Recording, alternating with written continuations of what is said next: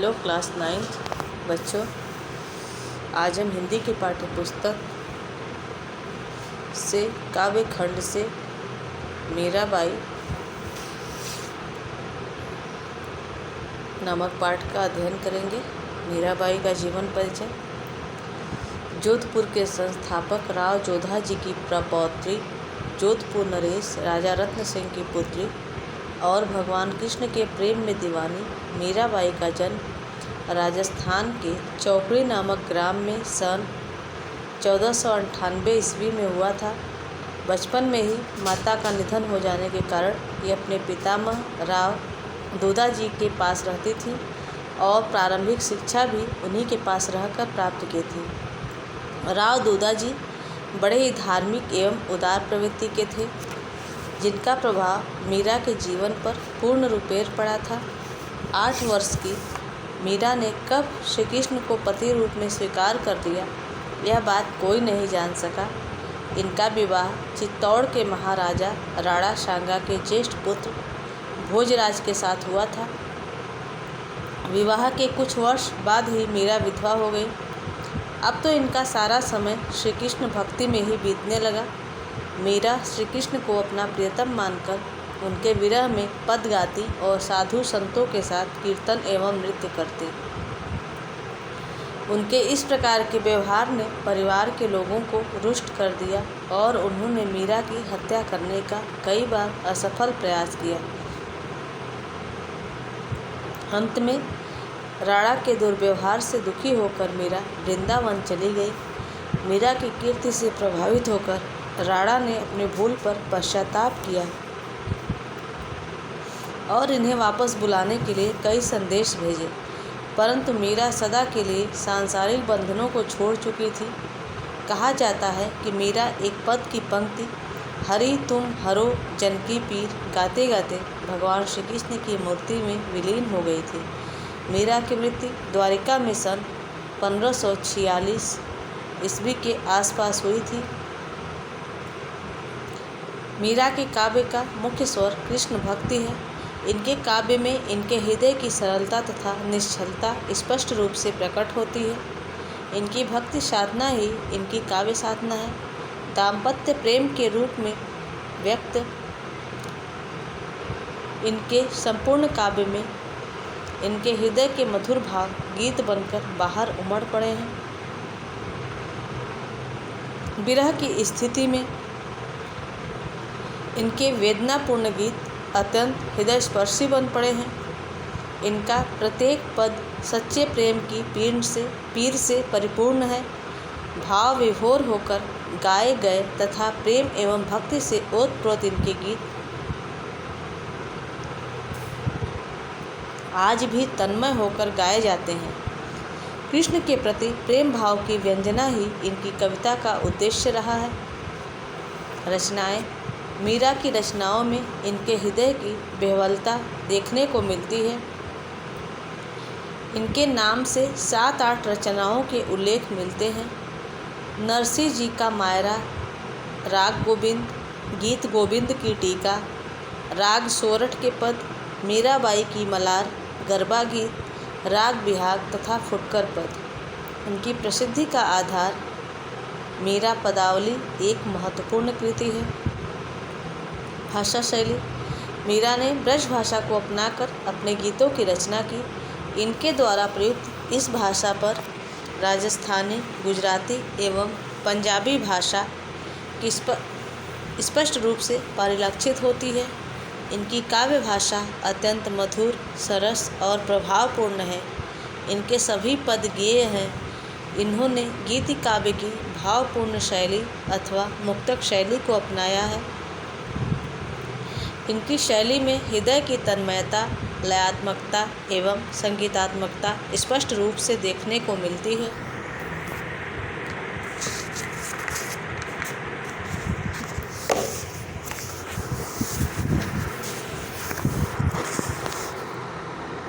अब हम मीराबाई की पदावली का व्याख्या पढ़ेंगे। बसो मेरे नैनन में नंदलाल, मोर मुकुट मकराकृत कुंडल, अरुण तिलक दिए भाल। मोहनी मूरति सावरी सूरति, नैना बने विशाल। अधर सुधारस मुरली राजत, उर बैजंती माल। क्षुद्र घंटिका कोटि तट, शोभित नुपुर सबद रसाल। मीरा प्रभु संतन सुखदाई, भगत भक्त वत्सल गोपाल। बसो मेरे नैनन में नंदलाल। नैनन मतलब आँखों में, बसो मतलब निवास करो। मोर मुकुट, मोर का मुकुट। मकराकृत कुंडल, मकराकृत यानी मछली के आकृति के, मकराकृत यानी मछली के आकृति के कुंडल। अरुण तिलक दिए भाल, अरुण यानी लाल, भाल यानी माथा मस्तक। मोहनी मूरति सावर सूरत, नैना बने विशाल, विशाल मतलब बड़ा। अधर यानी होठ। सुधारस, सुधा मतलब अमृत।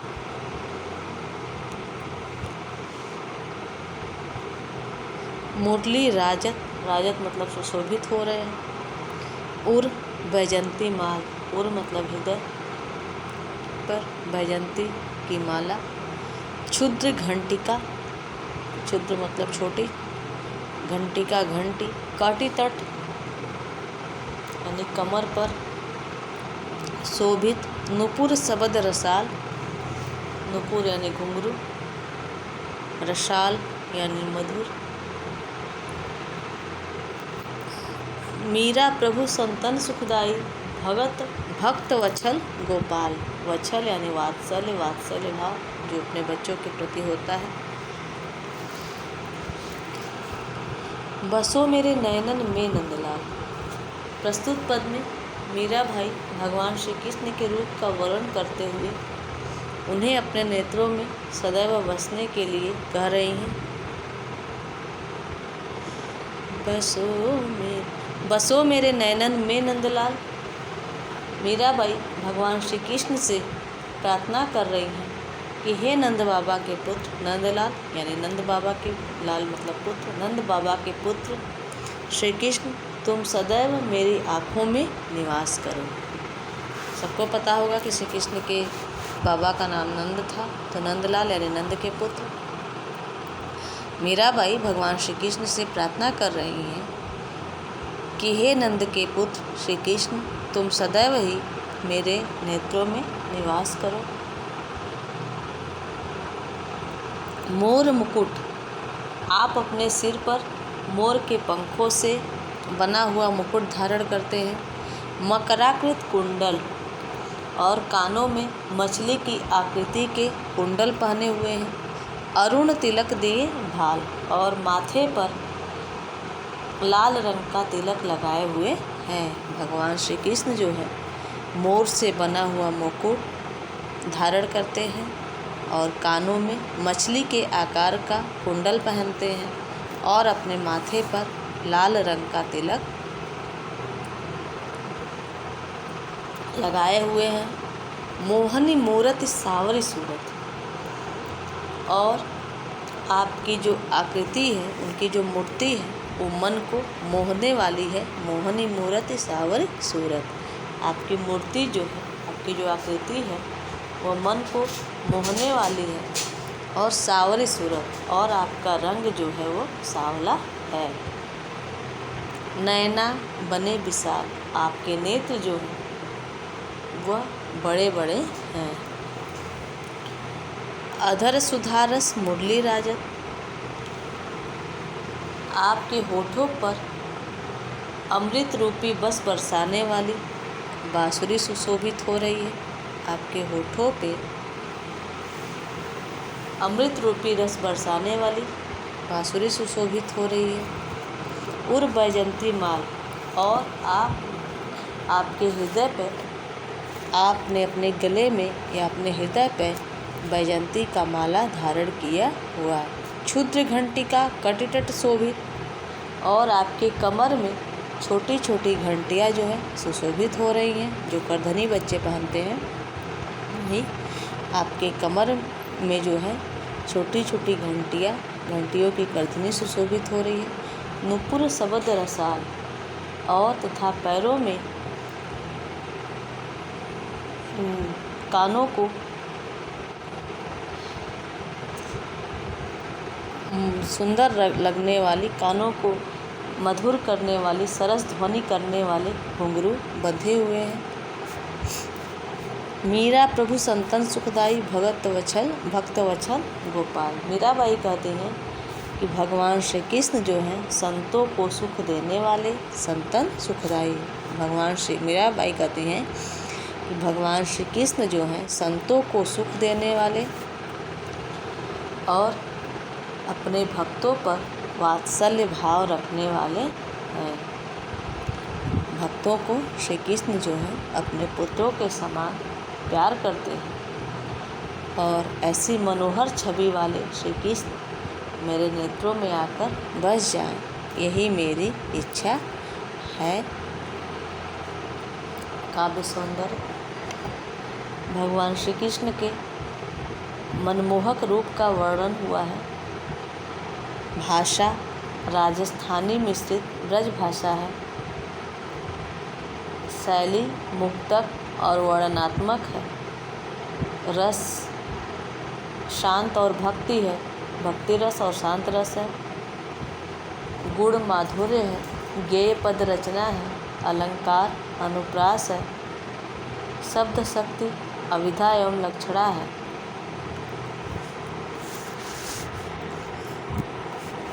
इसी में दूसरा पद्य है।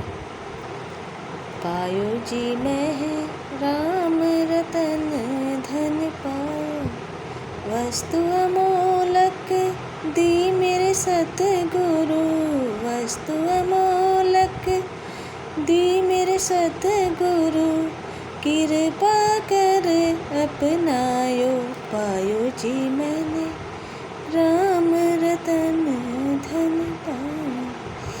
जन्म जन्म की पूंजी पाई, जन्म जन्म की पूंजी पाई, जग में सभी खोआयो, पायो जी मैंने राम रतन धन पावे।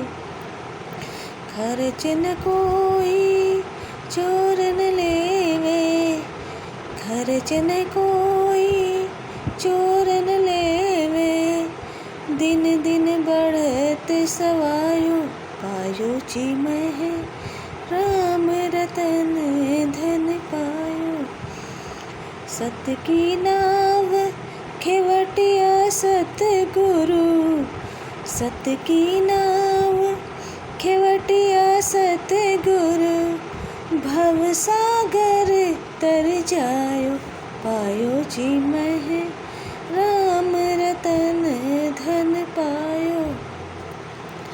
मीरा की प्रभु गिरधर नागर, मीरा की प्रभु गिरधर नागर, हरख हरख जस गायो, पायो जी मैं राम रतन धन पायो। इसमें राम रतन पायो जी मैं, राम रतन यानी राम रूपी रत्न, धन पायो वस्तु अमोलक, अमोलक मतलब अमूल्य जिसका कोई मूल्य न हो, सतगुरु कृपा कर अपनाए, कृपा यानी कृपा, जन्म जन्म की पूंजी पाई, जग में सभी खुआयो, खर्चे नहीं कोई चोर न लेवे, दिन दिन बढ़त सवायो।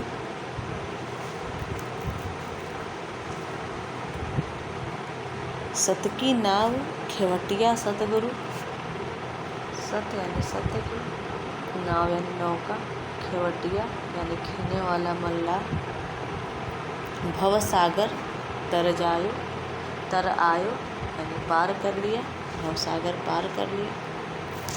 मीरा के प्रभु गिरधर नागर, हरख हरख जस गायो, हरख हरख यानी हर्षित हो होकर, खुश हो होकर, जस गायो यानी यशगान किया, गुणगान किया।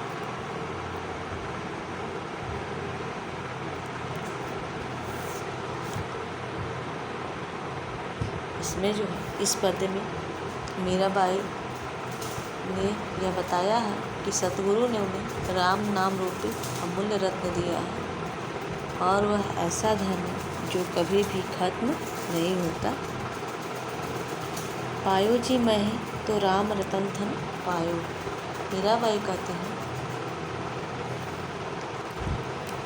कि हे भगवान, सतगुरु ने मैंने राम रत्न रूपी धन को प्राप्त कर लिया है। पायो जी मैं, मीराबाई कहते हैं कि मैंने राम रूपी एक अलौकिक धन प्राप्त कर लिया है। वस्तु अमोलक दी मेरे सतगुरु, और उस अमूल्य वस्तु को मेरे सतगुरु ने दिया है। कृपा कर अपनाए, और उस अमूल्य वस्तु को मेरे सतगुरु ने मुझे मेरे ऊपर कृपा करके दिया है, जिसे कि मैंने प्राप्त कर लिया है। जन्म जन्म की पूंजी पाई, जग में सभी खुआयो।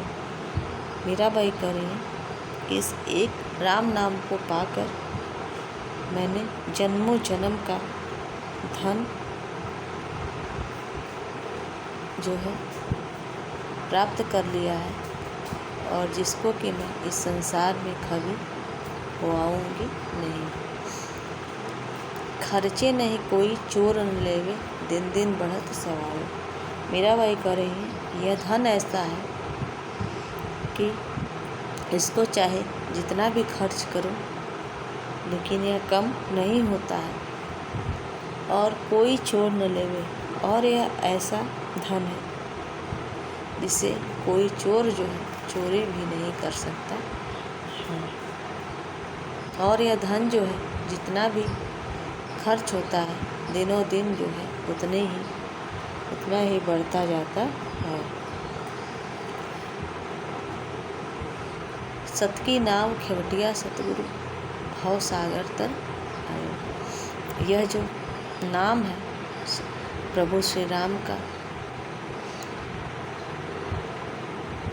उसका जो है यह सत्य की नाव है, जिसका मल्लाह स्वयं मेरे सतगुरु हैं, और जिनकी कृपा से मैंने भवसागर को पार कर लिया है। मीरा के प्रभु गिरधर नागर, हरक हरक जस गायो। मीरा के एक बस प्रभु गिरधर हैं, जो कि पर्वत को धारण करने वाले हैं। गिरि यानी पर्वत को धारण करने वाले हैं, और उनको प्राप्त करके, भगवान श्री कृष्ण को प्राप्त करके मीराबाई जो है खुश हो के उनका यश का गुणगान गाती हैं। इसमें काव्य सौंदर्य, इसमें जो है मीरा ने श्री कृष्ण के प्रति अपने दास्य भाव को प्रकट किया है। भाषा राजस्थानी पुटली ब्रज भाषा है। छंद गेय पद है। रस भक्ति एवं शांत रस है। अलंकार अनुप्रास एवं रूपक है। गुण प्रसाद है। शब्द शक्ति अभिधा है।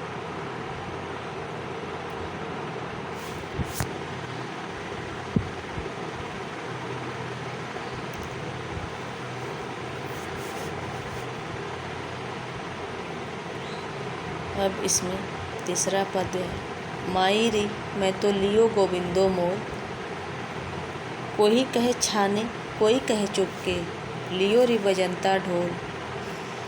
कोई कहे मुँहगो कोई कहे सुहगो, लियो री तराजू तोल। कोई कहे कारो कोई कहे गोरो, लियो री अमोलक मोल। याही को सब जाड़त है, लियो रे आखी खोल। मीरा को प्रभु 63 दिन ने पूरब जन्म को कौल।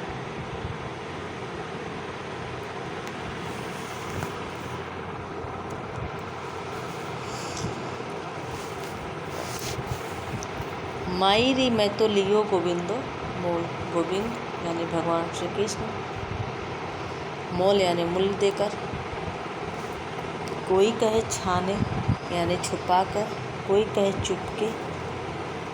लियो रे बजंता ढोल, बजंता ढोल मतलब ढोल बजाकर या डंके की चोट पर। कोई कहे मोघो यानी महंगा, कोई कहे सुहगो यानी सस्ता।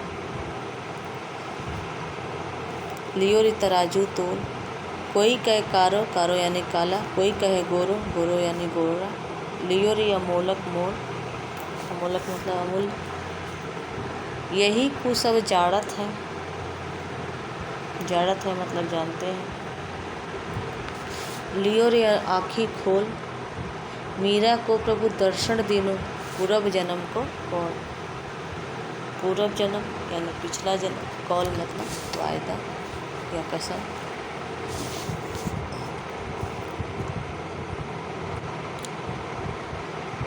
यहाँ पे श्री कृष्ण की दीवानी मीरा कहती हैं कि उन्होंने बड़े ही सोच समझकर श्री कृष्ण को अपना बनाने का निर्णय ले लिया है। माई री मैं तो लियो गोविंदो मोल। भगवान श्री कृष्ण के प्रति दीवानी मीरा कहते हैं कि हे माँ, मैंने श्री कृष्ण को मोल खरीद लिया है। माई री मैं तो लियो गोविंदो, हे माँ, मैंने श्री कृष्ण को मोल खरीद लिया है, अर्थात अब उन पर मेरा पूरा अधिकार है। कोई कहे छाने, कोई कहता है कि मैंने उन्हें छिपा कर खरीदा है। कोई कहे चुपके, कोई कहता है कि मैंने उन्हें चुपके से खरीदा है। लियो रे बजंता ढोल, पर ऐसी कोई बात नहीं है, मैंने तो उन्हें ढोल बजाकर डंके की चोट पर खरीदा है। यहाँ पे भगवान श्री कृष्ण के लिए मीराबाई कहते हैं कि मैंने गोविंद को मोल खरीद लिया है। तो कोई कहता है कि मैंने चुपके से खरीदा है, कोई कहता है मैंने उन्हें छिपा कर खरीदा है। लेकिन मैं ढोल बजाकर डंके की चोट पर कहती हूँ कि ऐसी कोई भी बात नहीं है, मैंने उन्हें डंके की चोट पर खरीदा है। क्योंकि सभी लोग जानते हैं कि मैं श्री कृष्ण की दीवानी। कोई कहे मोघो, कोई कहता है कि मैंने उन्हें महंगा खरीदा है। कोई कहे सुहगो, तो कोई कहता है मैंने उन्हें सस्ता खरीदा है। लियो रे तराजू तोल, पर ऐसी बात नहीं है, मैंने तो उन्हें अच्छी तरह से तराजू पर तोल कर अर्थात सोच विचार कर खरीदा है। कोई कहे कारो, कोई कहे गोरो, लियो रे अमोलक मोल। कोई यह कहता है कि श्री कृष्ण काले हैं, कोई कहता है कि गोरे हैं, किंतु लियो रे अमोलक मोल, किंतु मेरी दृष्टि में वे इन सब से परे अमूल्य वस्तु हैं।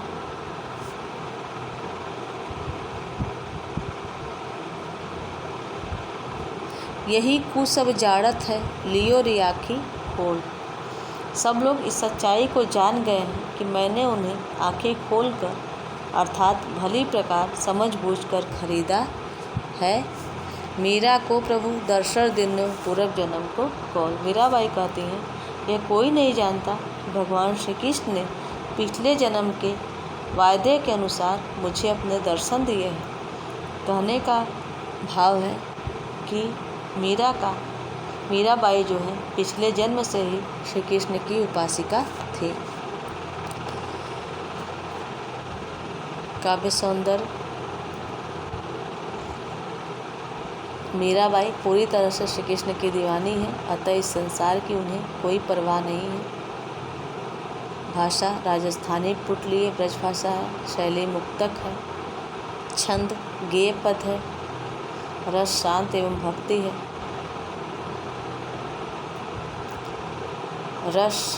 भक्ति है। गुण प्रसाद और माधुर्य है। बजंता ढोल, तराजू तोल एवं आंखें खोल आदि में सुंदर मुहावरों का प्रयोग किया है। अलंकार रूपक एवं अनुप्रास है। अभिधा एवं लक्षणा शब्द शक्ति है, जिसमें कि अगाध भक्ति और प्रेम की व्यंजना की गई है।